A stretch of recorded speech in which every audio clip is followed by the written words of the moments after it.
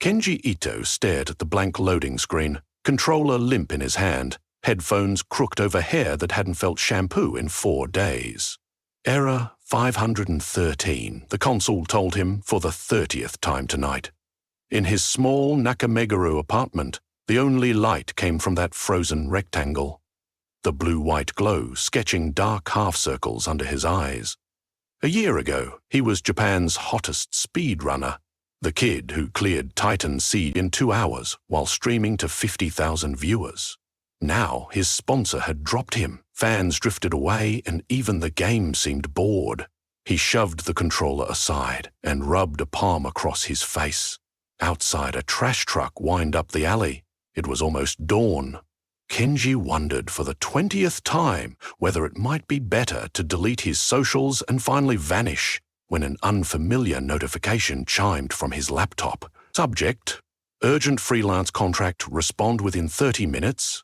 Attached, a neon-stylized foxhead logo and a ridiculous payment offer. Another scam, he thought, until he read the domain. Ninepath Tech. The media had been buzzing about Ninepath all month, calling it the fastest-growing startup in Tokyo. Their CEO, Kira Arisugawa, had appeared on magazine covers wearing a fiery red pantsuit and a grin that made investors reach for their wallets. Rumors said she coded half their products herself, barefooted standing desks, and fired employees by sending them custom emoji. The email was only 3 lines. We've seen your gameplay logs. We require someone who understands interactive pattern exploits. Come to the Hakujin Building 23F, Shibuya before 8 o'clock amen. If you accept, reply Kitsune. Kenji's fist hovered over the keyboard. He had bills, rent, mother's hospital invoice. Kitsune, he typed, and pressed send. Shibuya crossing seethed with commuters when Kenji surfaced from the subway, tracks of last night's insomnia still mashed into his cheeks. The Hakujin Building stabbed the grey sky like a USB stick. 23rd floor reception looked less like an office and more like the shrine level from an RPG. Tatami mats, lanterns, a shrine gate arching over the elevator doors. Incense replaced the usual coffee odor. A reception tablet blinked. Please offer 1 coin.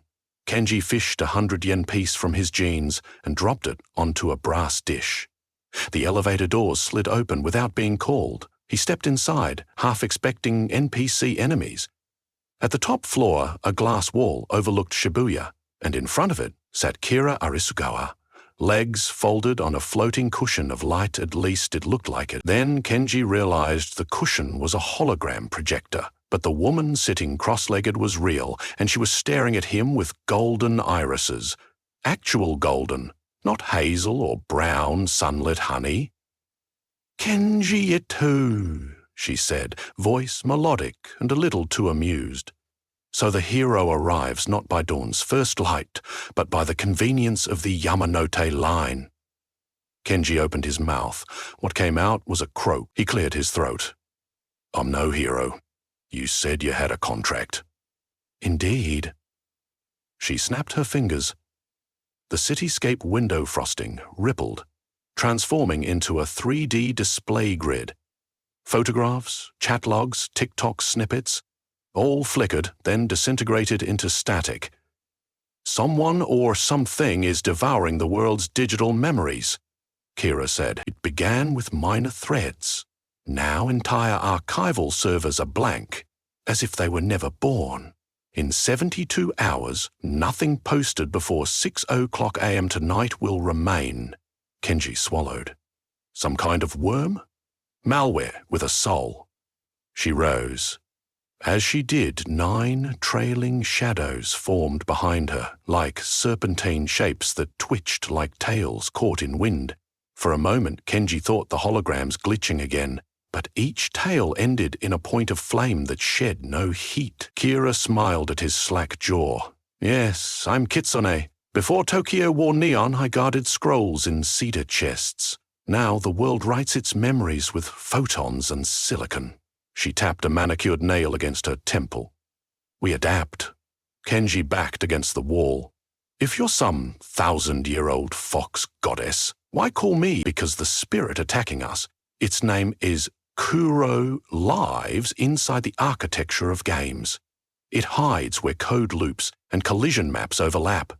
To corner it, we need someone who knows those pathways as intimately as a rabbit knows grass. She paused. Your speedruns distort level boundaries. You find dev doors millions thought impossible. That is precisely the trickery Kitsune respect. Kenji tried to laugh, but came out with a squeak. So you want me to... what? Hack? And slash a ghost? Kurame isn't a ghost, but a horde of microshards forming collective intent. She walked closer. The tails hovered over the floor, flickering. I will open a gate into the substrate. You will lead me through the labyrinth. Reach Kurame's core, seal it in a memory cage, refuse, and tomorrow the net forgets your greatest win, your mother's line messages, every photograph of you as a child. He thought of the shoebox of external drives under his bed, screenshots, stream archives, the message his father recorded before his cancer surgery, the one Kenji couldn't re-watch without crying. All right, he whispered. But I haven't played a serious run in months. I'm fried. Kira placed 2 fingers on his forehead. Cold lightning skipped across his skull. Scenes burst behind his eyes. A bamboo grove, moonlight, a fox leaping between trunks. Calm returned. Consider that a small charm, she said. Mental caffeine, now suit up. The suit looked like a VR harness mated to a Shinto priest's robe, black fiber enhanced with luminous circuits, sleeves bound by ribbons, mugen, knotted into infinity symbols. Kira changed into ivory armor etched with kanji so fine it resembled fur. Her 9 tails shimmered more solid now, each banded with pulses of code. They stood on a circular platform in a lab chamber. Engineers, some human, some clearly not hurried around. Kenji glimpsed pointed ears poking through hair, flickers of paw-shaped shadows, ancient spirits running tech support. Tokyo 2029, what a trip. Connection stable, announced a Tengu with feathered wrists, typing on a holographic keyboard. Gate opens in 3, 2, 1. A ring of light swallowed Kenji and Kira. The lab vanished. Kenji's feet hit textured polygons. He knew this terrain. Titan's Siege, first map, though stripped to wireframe. Untextured walls glowed neon. Skybox was a swirling fractal. Packets of data flowed like wind-blown snow. At his side, Kira stood, tails now crystalline fiber optics. Instance 1, she said. Kurumi, attacked earliest inside popular MMOs, harvesting screenshots and guild histories. Lead the route you used to glitch out of bounds? Kenji inhaled. Muscles remembered, even when self-confidence didn't. He sprinted toward a turret tower. At its base, he jump-crouched, clipped halfway through geometry, pivoted, and rolled into an invisible tunnel developer's dead zone. Kira blurred behind him effortlessly. They emerged in a backstage area composed of floating platforms. Black blots clustered there, amorphous spheres streaked with corrupted JPEG fragments. They hissed like radio static. Minor shards, Kira warned, already weaving fire sigils. Kenji felt old adrenaline surge. He couldn't attack except with the avatar's emotes, but he could maneuver. He wall ran, drawing the shards to chase. Kira's tails lanced forward, each tip becoming a stylus, scribing kanji in midair. Neck red, memory. Sequenched by sepoys. Perhaps the characters became nets of light, trapping the shards and compressing them into tiny scrolls that zipped into Kira's sleeve. First blood, she said. Kenji grinned, despite himself. You solo raids often? Being nine-tailed has perks, they continued, passing datasets frozen mid-evaporation. Scrapped fanfic, ancient memes, a 2011 live stream of a cat playing piano. Kurame was eating everything. At the map's edge, Kira halted. The core migrates. Next anchor. Public cloud over Chiyoda Ward. She drew a circle with her hand. Geometric gates unfolded. They stepped through. They arrived inside a cavern of servers, each stack a pixelated stalagmite. Hovering above, a dragon shape made of scrolling binary unfurled Kurome's larger fragment. Kenji's stomach dropped. Data streams poured from the servers into its maw like shimmering noodles. Kira tossed Kenji a shard of jade that shifted into a twin-stick controller. "Your weapon?" she said. Thought recreative. Kenji clutched it. Twin plasma orbs manifested, mirroring each joystick. "Sweet." "You keep it sweet," Kira said. "I'll herd." She launched upward, tails corkscrewing, each slash severing Dutta noodles. The dragon roared and split into 20 serpents. Kenji's orbs spat lances of blue fire, guided as much by muscle memory as will. One serpent lunged. He dashed sideways, timing perfect. The plasma cut it in half. Half of him wanted to shout to his absent Twitch chat, but Kurome adapted. New code patterns rippled, rewriting physics. Gravity inverted. Kenji and Kira tumbled upward. Kenji felt vertigo, fought urge to puke. He recalled a bug in Titan's Siege, patch 1.17 reverse pole glitch. He twitched both sticks, forcing a manual camera roll. His avatar realigned, boots magnetizing to the new floor, a trick no regular player had discovered. Kira executed a dancer's flip, landing beside him gracefully. "Nice exploit," she panted. Small scratches laced her sleeves where corrupted data had scored. Kenji touched the controller, channeling the glitch again and again, making short work of the serpents. Finally, only one giant skull remained, code swirling around glowing eyes. Kira and Kenji struck simultaneously, tail spear and plasma orb shattering it into pixel dust. The server stopped hemorrhaging. Kira gathered residual code, weaving it into a lattice pattern that shrank into her palm. Fragments sealed, but the nucleus still exists. It has retreated deeper beyond the consumer net, into the Ministry's census vault. Genji's eyebrows rose. Government black box? Isn't that off limits even to foxes? It is warded to everything except the most boring bureaucracy. Kira grinned, revealing a fox's canines. Fortunately, boredom is my favorite disguise. Tokyo's central administrative tower loomed like a steel pagoda. Night had fallen. Real-world time always sprinted while they ran in cyberspace. Kira and Kenji perched atop a maintenance balcony, breeze tugging her tails until they resembled LED ribbons. "You good?" she asked softly. Kenji flexed fingers, numbed by hours of controller grip. "I'm actually having fun again." The honesty surprised him, and her answering smile warmed parts of him colder than glitch code. They jacked into a private fiber port. This time, the gate was vertical, a paper sliding door of luminous kanji. When it opened, the vault looked nothing like servers. They found themselves inside a library stretching beyond sight. Shelves upon shelves of glowing origami cranes, each floating gently, every crane a digital memory. "Japan copies all citizen data here once a decade," Kira whispered. "Birth certificates, tax returns, vacation selfies. The ministry thinks it's secure." Above the shelves, a black sun pulsed. Kenji felt his own childhood snapshots tugged upward, intangible strings pulling from his chest. The cranes burned into ash as they reached the sun. Kurome had grown. It was no longer dragon or serpent, but a humanoid silhouette of static, 15 meters tall, limbs fracturing and reforming. Within its chest, Kenji glimpsed fonts of every language, HTML tags, emoji, ancient kanji sucked in and obliterated. "We stop it here, or everything goes blank," Kira said. "How do we cage something that big?" "By reminding it what memory tastes like." She extended her hand. "Fuse with me." Kenji hesitated. Her golden eyes gleamed. He placed his palm against hers. A jolt streamed through every nerve. His vision doubled. He saw himself from above and within simultaneously. Stats flashed.